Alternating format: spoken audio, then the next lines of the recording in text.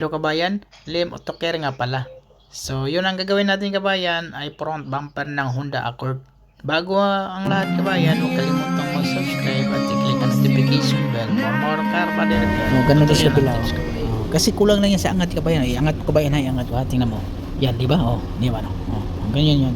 Kasi yung clip kasi dito. Bangga pala. Yan, so yan ang tama niya kabayan So mayroon sa baba, mayroon sa gilid, mayroon sa harapan, yung sa gitna. Yan. So i-repair na natin lahat yan kabayan. Pero ang unang estimate ng kabayan sa gilid lang tama yan dati kabayan. Mayroon palang bangga dati. So yan. Yan, lilihan na natin ng gumamit ako ng ET kabayan. So unang liha ET, tapos 120, ganun lang kasimple. Lilihain lang natin kabayan. Yung mga scratch niya. Lilihain lang natin yan. Tapos, yun lang. Tapos, 320 yung huli. Balik gamit tayo ng, pag malalim yung tama kabayan, malalim yung tama, so gamit tayo ng 80 para putpurin natin yon 80, tapos starting sa 80, 120, 180, 320 na siya.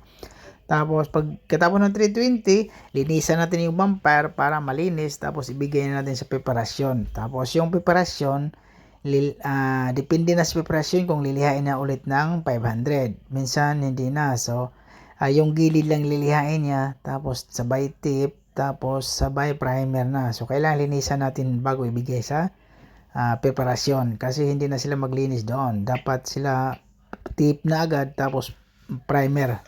Ganun ang proseso kabayan. Ayan kabayan, lilihain pa natin yung kabila kasi binuo na natin. So, yun pala kabayan Honda to siya kabayan. Front bumper ng Honda Accord. Yung modelo, 2018 ata modelo to. Pero yun nga kabayan, kadalasan sa problema sa Honda Accord, yung bumper. Masagi lang kunti yung bumper sa lalo na pag magparking kayo. Tapos anong tawag yan kabayan?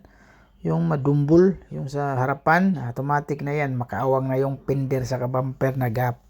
So, iangat mo lang konti yung kabayan para mas maganda. Kasi kadalasan ganun hindi katulad sa Hyundai, Kia na matindi yung kuan yan, yung retainer nila, yung bracket sa bumper, saka yung sa fender, yung dugtungan. So, yung normal lang yan sa kabayan.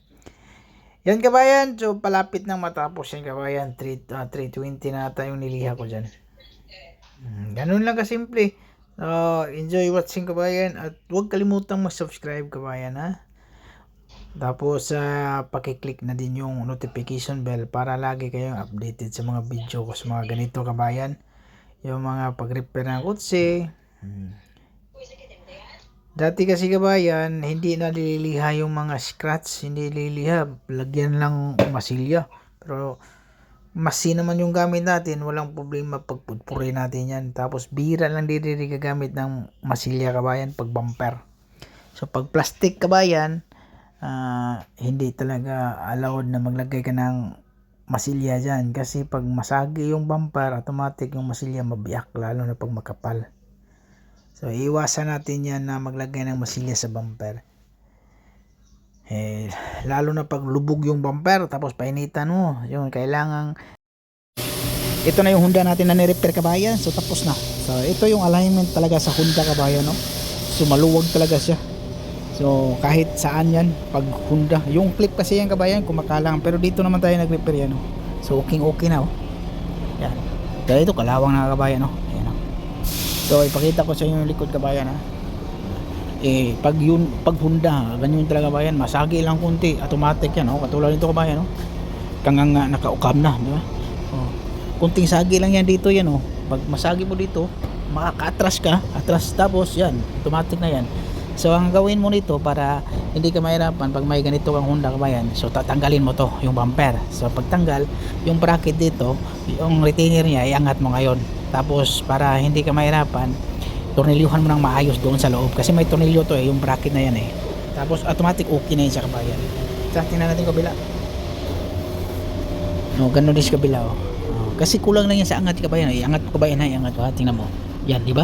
Di ba ganyan yan. Kasi yung clip kasi dito, bangga pala dito yung kabayan So bangga.